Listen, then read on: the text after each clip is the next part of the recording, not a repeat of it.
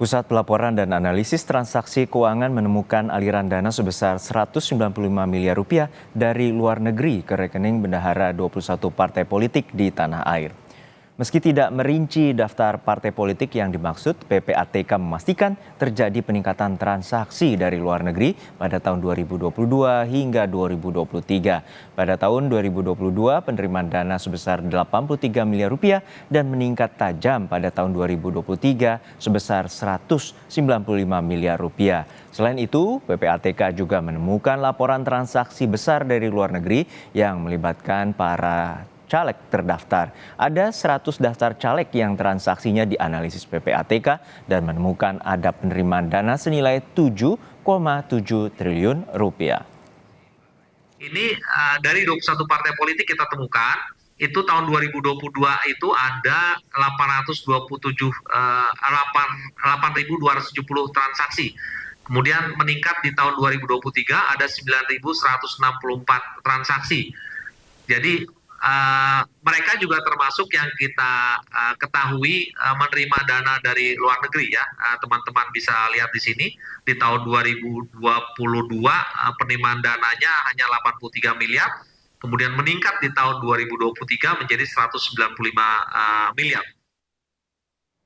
Sudah bersiap jurnalis Kompas TV Leo Taufik di kantor Bawaslu Jakarta. Leo, apa tanggapan dari Bawaslu soal temuan dari PPATK yang terkait dengan aliran dana kampanye mencurigakan dari luar negeri yang jumlahnya hingga ratusan miliar rupiah?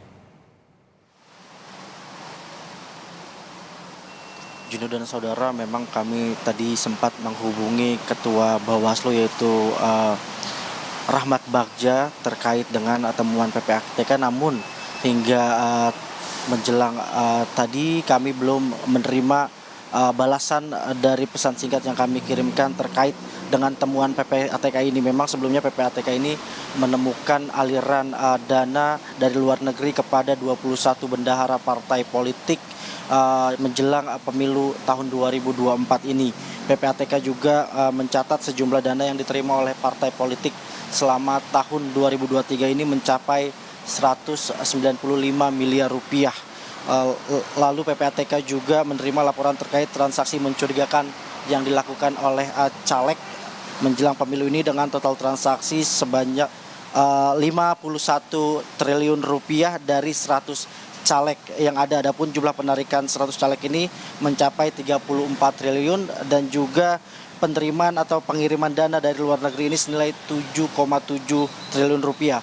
Adapun seluruh temuan PPATK ini telah disampaikan langsung kepada Bawaslu maupun KPU RI. Juno. Ya, Leo, terkait dengan adanya pelaporan yang masuk di Bawaslu, bagaimana Bawaslu menanggapi adanya pelaporan Capres Anies dan juga Capres Ganjar terkait dengan dugaan penyerangan pribadi Capres pada saat debat ketiga? Ya, Juno dan saudara, memang setiap laporan yang masuk ke Bawaslu ini oleh Bawaslu ini akan diteliti dahulu sesuai dengan peraturan Bawaslu Republik Indonesia nomor 7 tahun 2022 ini tentang penanganan temuan dan laporan pelanggaran pemilihan umum.